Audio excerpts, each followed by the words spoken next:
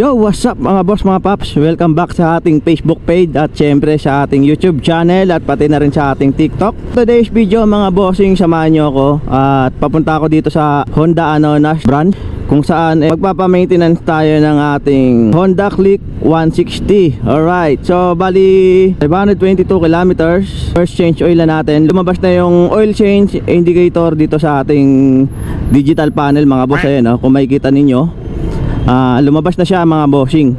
Ibig sabihin yan, oras na para mag change oil tayo. Bali ito yung ating pinaka first change oil dito sa ating Click 160 mga bossing, So kung tutusin, kayang-kaya ko naman i-change oil to dahil kompleto naman ako sa gamit, kompleto tayo sa mga tools. Siyempre iba pa rin kasi yung experience na magpa-maintenance ka o magpa-change oil ng mga basic na maintenance sa kasa, di ba? Sa kinuhanan mo ng unit. So iba pa rin experience. Yung gamit ko palang langis dito mga bossing is Pertua scooter oil mga bossing, Magpapalit na rin tayo dito ng natin ng gear oil kung tawagin. Sa mga naka-scooter type, merong gear oil kasi hindi katulad sa mga underbone. So alam niyo naman yan ng mga followers natin na underbone talaga yung ginagamit ko na unit, So bali ito nga, nakakuha tayo ng bagong unit. Ito nga yung Honda Click 160 2018. Yan na yung ginagamit ko sa Raider 150 Fi ko. Bukod kasi sa napakabango ng amoy niya na mayroon siyang amoy na parang bubble gum. So alam niya na mga gumagamit niyan. Napaka-smooth niya sa makina. Napakaganda niyang gamitin. Ito-try natin siya kung maganda rin ba siya dito, katulad din sa Raider Fi ko na smooth siya gamitin.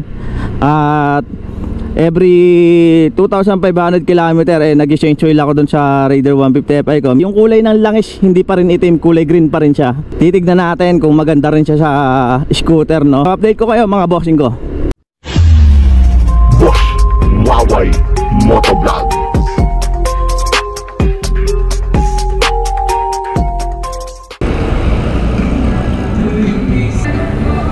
Okay mga bossing, so nandito na tayo, So ito yung gamit kong langis dito mga boss, PowerTech Pertua.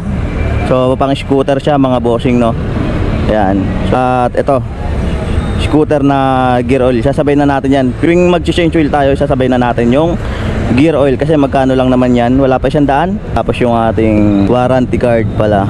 Ayan, coupon. Boss, change oil. Saan mo nabili yung motor mo, sir? Dito lang sa Moto Express. Saan nila sa'yo, sir? Bali dito ako tinuro kasi wala silang service center. Kasi lang sinabi sa'yo, sir. Hindi kami gumagawa, sir, ng ibang brand ng langis. Kailangan yung langis nyo lang na Honda? Sir. Kasi sabi sa akin doon, kahit anong brand naman to pwede. Sa kanila, sir. Sa amin kasi standard kasi, sir, sa Honda. Pag Honda, Honda lang. Honda lang. Sige, bibili na lang din ako. Mineral base lang ata meron kami dyan. Walang tulik. Pero pwede naman siya dito sa scooter, pwede dito. Sige, pwede na yan. Hindi sila tumatanggap ng ibang brands ng langis, kailangan Honda lang din daw. Dito na rin naman tayo Kung tutusin, kaya na naman natin na i-change oil to, pero iba pa rin kasi yung experience na nasaka-saka, diba? Kung makikita nyo mga bossing, lumabas na yung oil change indicator natin dito sa panel natin. So first change oil natin to, then next natin is 1,000 km, second change oil natin yun, Okay? Hindi sila tumatanggap ng ibang brand. Pero sabi kasi sa akin ng kasa, itong Moto Express, ayun, nasa tapat lang mga bossing. Ayun, nasa tapat. Pwede naman daw kahit anong brand ng langis, basta yung branded. So-update ko kayo mga bossing,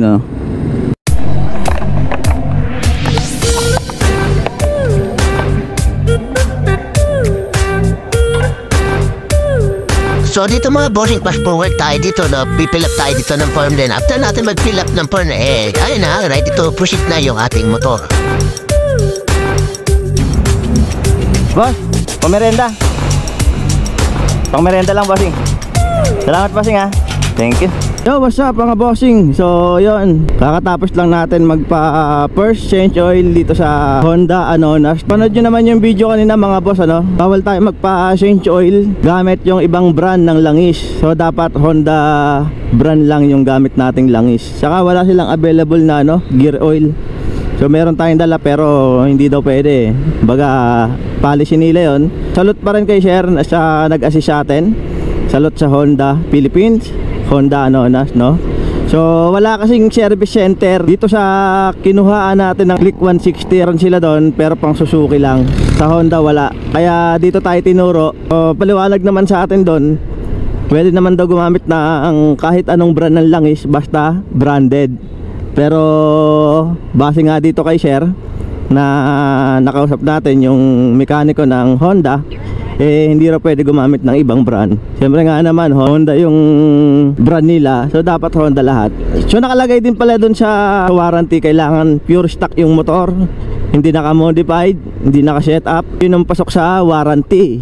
At dapat yung langis Honda din dapat yung gagamitin. So okay lang naman din yun. Nagbayad lang naman tayo ng 375. So di na masama. Tapos nagbigay na rin tayo ng tip kay Sir Mechanic. Ayun, hindi lang tayo nakalapit sa mismong unit natin kasi bawal, nakalagay din doon. Akala ko kasi mabibidyohan natin siya ng malapitan sana. Pero ayos lang naman. Dahil may idea naman tayo kung paano i-change oil to sa susunod. Pero tatapusin lang natin yung ano nito, maintenance tsaka yung mga warranty niya. Tatapusin lang natin. Tapos sa susunod ako na mag-change oil nito, gear oil at mga filter, kung ano yung mga basic. Kahit pa paano may idea naman na tayo sa scooter type kung paano sa i-maintain, ano. Abang-abang lang kayo mga bossing ko sa upload natin, lalo na sa mga nakaklik. Siyempre tuloy pa rin tayong mag-upload, gagawa pa rin naman tayo ng mga content about sa Raider 150 Fi natin kapag nakuha na natin siya, no. Dalawa na yung unit natin na ginagawa natin ng review. So ito, gagawin ko pa ng review to mga bossing, ano. Medyo busy lang talaga ako kaya ang hirap isingit kasi medyo mahirap gumawa ng content kapag busy ka talaga mga bossing, no. Salamat mga bossing ko sa patuloy ninyong suporta sa akin. Sana wag kayo magsawang suportahan ako sa mga upcoming na mga video ko mga bossing, ano. So maraming salamat mga boss. Ako ang inyong lingkod, Waway Uno. So huwag niyong kalimutan na i-follow yung aking Facebook page na Boss Waway Motovlog at yung aking TikTok. At syempre i-subscribe yung aking YouTube channel na Boss Waway Motovlog. So kita-kits tayo mga bossing ko sa susunod nating mga vlogs. So ride safe always mga boss. Peace out. Arangada sa bagong henerasyon, sa magagandang tanawin ngayon tayo pa dayon. Paharurot matik yun, di na kailangan bumomba. Makita mo palang motor na solid ang forma. Honest yan rep, pa sobrang lodi talaga. Bilang motovlogger matik sa kawang gawa. Kalima ng malubakan niyang